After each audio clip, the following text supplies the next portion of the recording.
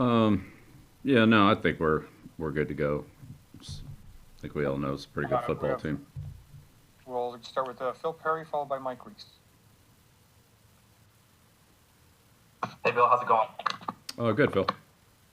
I just am I'm curious when you watch Mahomes, and obviously you watch him closely for multiple years now.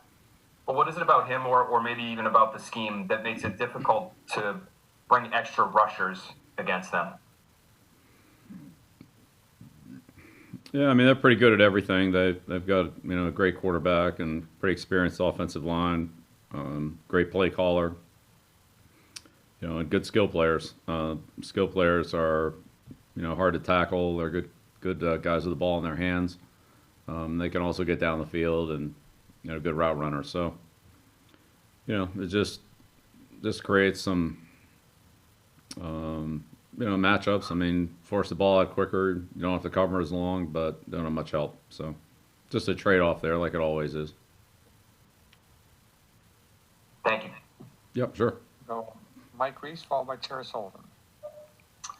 Hey, Bill, a little bit of a bigger picture question. The Titans had some positive tests come back, and I'm just curious how much you've sort of looked at that, and does it reinforce, how much does it reinforce the importance of staying disciplined, with everything that's going on with how you guys are trying to move forward in light of everything you're dealing with, and how do you feel you guys are doing in that area?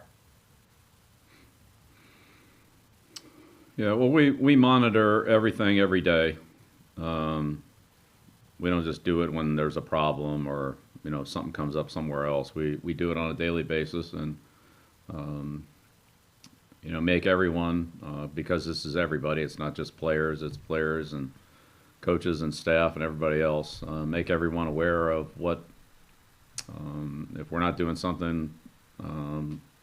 Or if we can do something better, then we talk to them about how we can do it better. So we try to monitor it the best we can, and we I think are pretty vigilant with really all of us. It's not any one person, but just all of us keeping an eye on things. That if anybody sees something that's not the way we've talked about it, or maybe something that's a little off, or that we need to take a better look at, then we do that. And so we've had that situation come up multiple times as things have changed, as we went through the different phases of training camp, as we got into the regular season schedule, then we traveled. And so, there have been a variety of changes in our scheduling or in the way we're located or where or how we're doing things that have,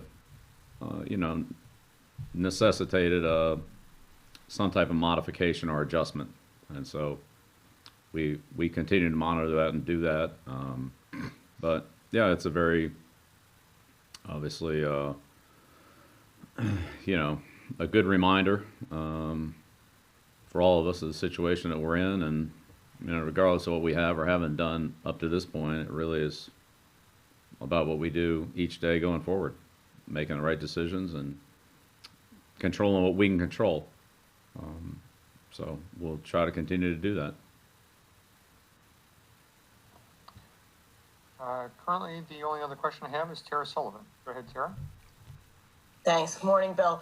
I guess I wanted to ask you what you see from your vantage point in the relationship between Andy and Patrick. And I'm sure you've been asked about this, but obviously your point of view, having been with one quarterback, won so much with one quarterback, having that very long time together. What is the benefit of sort of them being a partnership and taking that partnership, if all goes well, many years into the future of it getting better?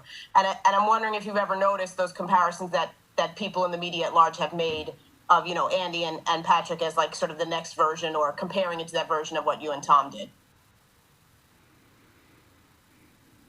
Yeah, I mean, I appreciate the question. Really, none of that's too relevant to me right now. So you'd have to ask Pat and Andy about their relationship. I really don't, know exactly how that works. So I wouldn't be able to comment on that. I mean, they're both great at what they do. Andy's, had tremendous success in the league as both the head coach of the Eagles and each year at Kansas City, I mean, all the winning they've done out there, from when he took the program over, is, very, very impressive. So, how the dynamics work between each coach and their quarterback and so forth. I'm sure they're all a little bit different. I really wouldn't have any way to make really any kind of intelligent comment on what they do or don't do or how it works out there. I really have no knowledge. All I know is what we see and what we have to play against, and so that's where we'll kind of keep our focus.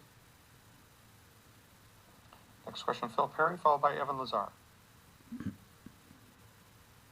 They built defensively for them.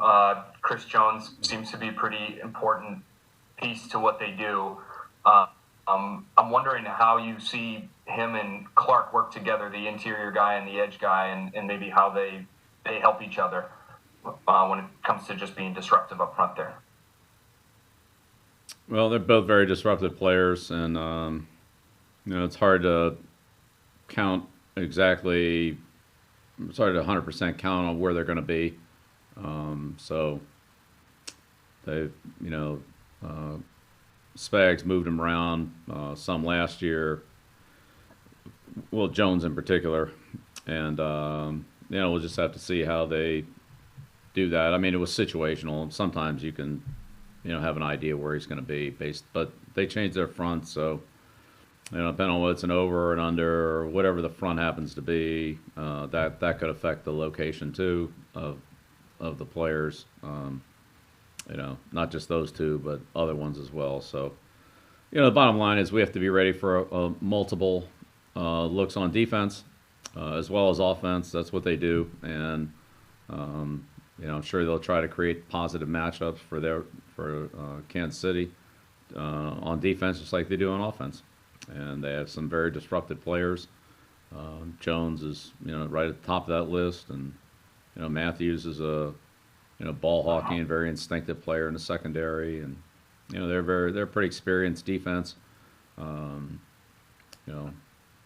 couple of younger guys playing on the corner due to injuries, but once they get everybody back, I mean, we'll see how much that is, and we'll see what Ward's situation is, but it's a pretty experienced defense. Sorensen's had a lot of experience in the safety and kind of at the linebacker position on their dime defense with Matthew and so forth. So it's a pretty solid group. Linebackers are good. They're fast. They run well, and they're very instinctive guys too. Thanks, Bill. Yep, you're welcome. Next question, Evan Lazar, followed by Mark Daniels. Hey, Coach, I just wanted to ask you about how the Chiefs' offense uses motion and the running back also vertically in the passing game, and just how that kind of stresses you guys defensively. Yeah, the Chiefs motion on about 50% of their plays, give or take, which is about, probably in the norm for the West Coast offenses. It's probably about where we were last week with the Raiders as well. Some of that's back motion, more of it's wide receiver motion. There's also some tight end movement in there as well. So, all things that we've seen before, but they do cause an adjustment defensively and some type of communication. So, we know we're going to see it. We know we have to be ready for it. Multiple formations and shifts and motions and formation indicators, things like that. They do a good job of that. So, it's probably an important part of setting the table for the play that they actually run. Is what happens before either is a deception or to try to gain some kind of advantage by putting a guy in motion to try to, out leverage or, put a guy in a difficult position for the defense to handle.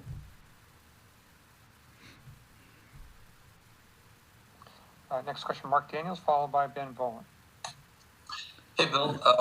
This week, players are eligible to return off the IR who started season on the IR. And I know you have 4 players in that category. And I was just wondering, do you anticipate getting any of those players back this week? Yeah, I mean, we'll see how it goes. I mean, the first step would be to, practice a player that's on injury reserve and then, and then whether he would be active or not would depend on what happened during the course of the week. And sometimes those guys, they're not ready to play as soon as they start practicing. They need another week or two. So we'll just, if we do that, it would just be based on that player's individual situation, and we can evaluate how we can evaluate that, the guy during the time that we have to look at him, whether that's a week, 2 weeks, 3 weeks, whatever it is. So that's, first step would be to start into practice, and that starts the clock running on the activation process, and then it becomes a an evaluation process as we just take it day by day. Thank you. Yeah, you're welcome. Next question, Ben Volen, followed by Eden Kern. Good morning, Bill. Hey, Ben. With as explosive as the Chiefs' offense can be, is ball control and just kind of playing keep away, is that important for you guys this week?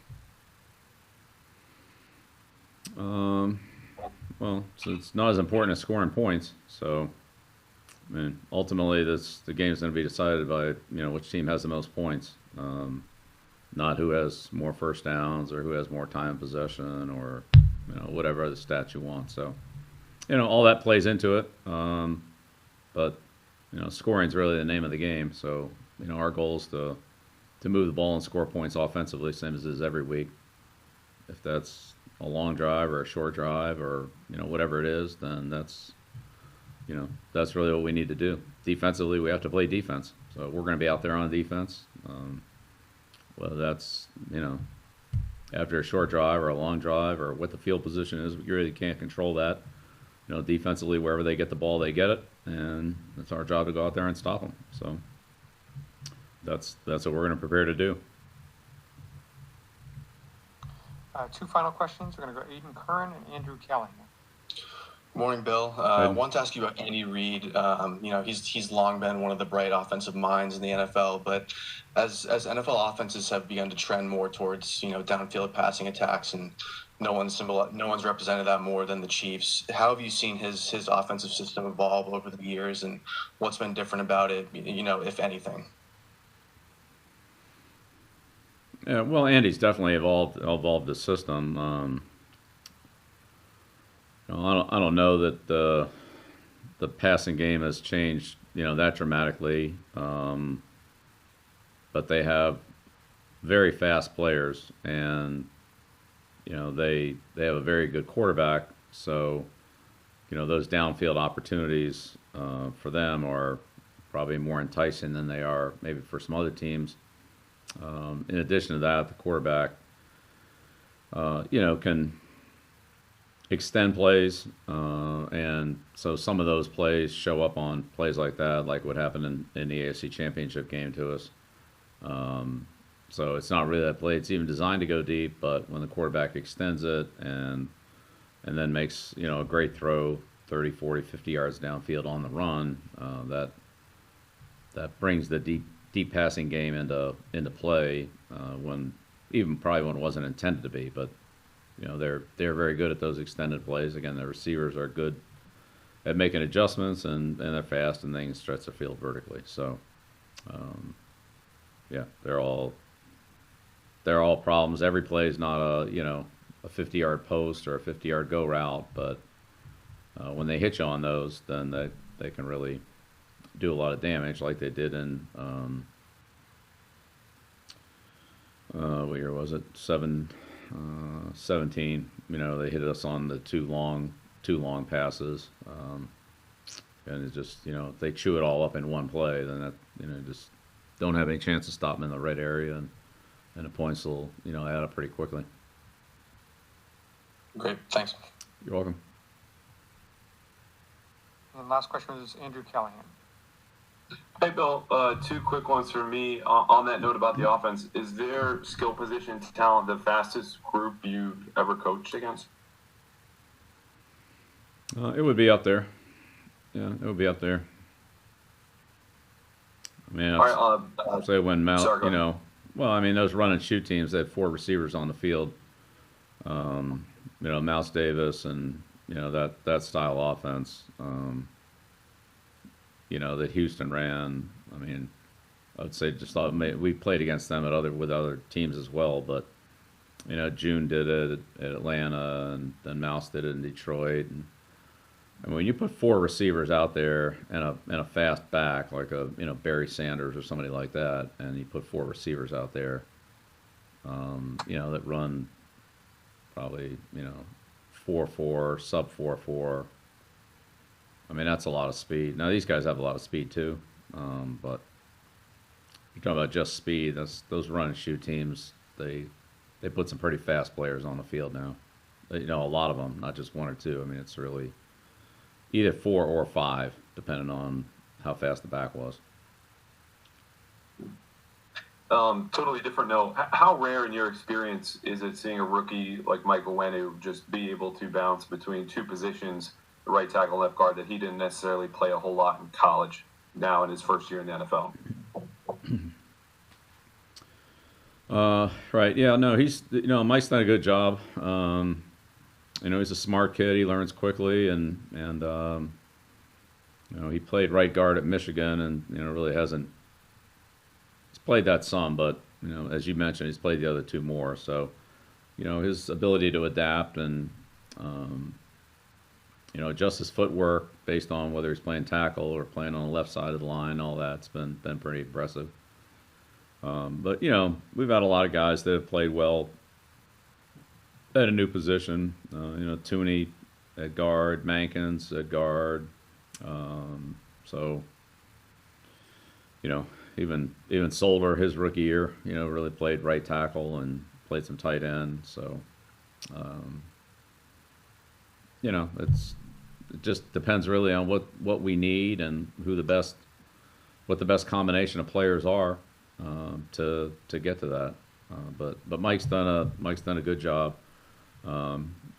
Day after day, he's just impressive. His consistency is impressive. He's a very strong player with good feet and good balance, and likes football, and and understands football. Things come pretty easily to him in terms of instinctively on the field. Obviously, our system is not the easiest system to learn at any position, but just instinctively when he has to make a decision, he has to decide how quickly to combo to level 2, what angle to take to block down on the guy, and so forth. He just does a lot of little things well and does them right. So he's done a good job for us. Thank you, Coach. Thanks, everyone.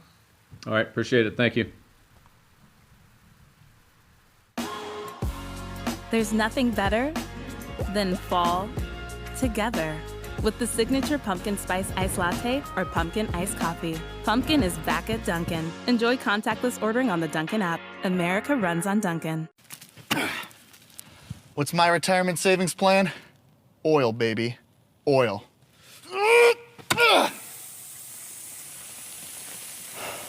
Sprinkler pipe. Diane! Ready or not. Gillette ProGlide and ProGlide Gel. 5 blades and a pivoting flex ball designed to get virtually every hair on the first stroke while washing away dirt and oil. So you're ready for the day with a clean shave and a clean face.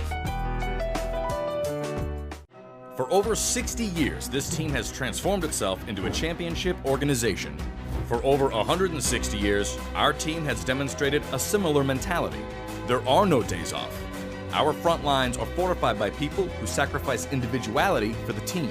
Our shelves are also stocked with the best quality products and ingredients. Our team members know their roles. We're proud to do our jobs. Shaw's, the official supermarket of the 6-time champion New England Patriots. My Caleb sofa and love seat. With Bob's discount, you get both pieces for just $7.99. $7.99? Are you joking? Do I look like I'm joking? Yes, you look like you're joking. I'm serious. Cool. Get Bob's discount! There's nothing better than fall together with the signature pumpkin spice iced latte or pumpkin iced coffee. Pumpkin is back at Dunkin'. Enjoy contactless ordering on the Dunkin' app. America runs on Dunkin'. What's my retirement savings plan?